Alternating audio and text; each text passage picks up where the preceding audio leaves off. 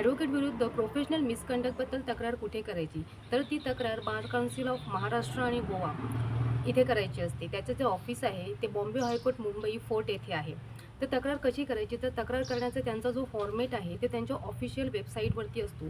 त्या अर्जामध्ये काय काय नमूद करायचं हे त्या फॉर्मेटमध्ये सांगितलेलं असते. त्यामध्ये हा जो फॉर्मेट असतो तो ₹100 स्टॅम्प पेपरवरती किंवा त्या अर्जाला ₹100 तुम्ही स्टॅम्प्स लावू शकतात. त्या अर्जामध्ये काय काय नमूद करायचे असते, तर जे जशी सर्वसाधारणपणे जशी केस पिटिशन जे आपण फाईल करतो त्यामध्ये जसं नमूद असतेच, म्हणजेच अर्जदाराचे नाव, त्याचा पत्ता, त्याचा कॉन्टॅक्ट नंबर, तसेच ज्या वकिलाविरुद्ध जी तक्रार करायची आहे त्या वकिलाचे नाव, त्याचा पत्ता, त्याचं कॉन्टॅक्ट नंबर, जर त्याची सनद नंबर माहिती असेल तर ती सनद नंबर देखील तुम्ही नमूद करू शकतात.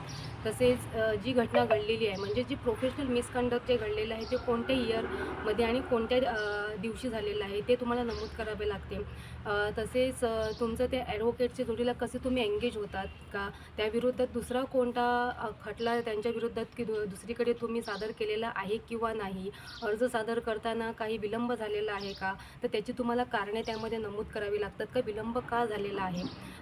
तसेच जर तुमच्याकडे सदर घटनेबद्दल जर काही दस्तऐवज असतील म्हणजे डॉक्युमेंट्स असतील ते तुम्हाला त्या अर्जासोबत जोडावे लागतात. जर काही विटनेस असतील तर विटनेसची नावे आणि त्यांचं कॉन्टॅक्ट नंबर आणि पत्ता त्यामध्ये नमूद करावा लागतो. ज्या अशा काही त्यामध्ये ज्या काही कंडिशन्स आहेत त्या तुम्हाला त्या अर्जामध्ये सादर कराव्या लागतात. तसेच अर्जामध्ये जी काही घटना घडलेली आहे त्याचा थोडक्यात तपशील त्यामध्ये नमूद करावा लागतो आणि अशा प्रकारे अर्ज तुम्ही ड्राफ्ट केल्यानंतर किंवा अर्ज तुम्ही सादर केल्यानंतर त्या अर्जाच्या जोडीला तुम्हाला संपूर्ण डॉक्युमेंट्स म्हणजे जे तुमच्या जोडीला डॉक्युमेंट्स आहेत ते सर्व त्याला अटॅच करून त्याला प्रॉपर पेजिंग करावं लागते. पेजिंग केल्यानंतर त्याच्यामध्ये जी काही कोर्ट फी असणार आता जी आहे म्हणजेच ₹2000 आणि 1000 अशी एकूण ₹3000 त्याला कोर्ट फीस भरावी लागते आणि जर अजून ॲडव्होकेट असतील किंवा एकापेक्षा 2 ॲडव्होकेट असतील तर त्याच्याप्रमाणे ₹500 त्यावरती भरावे लागतात.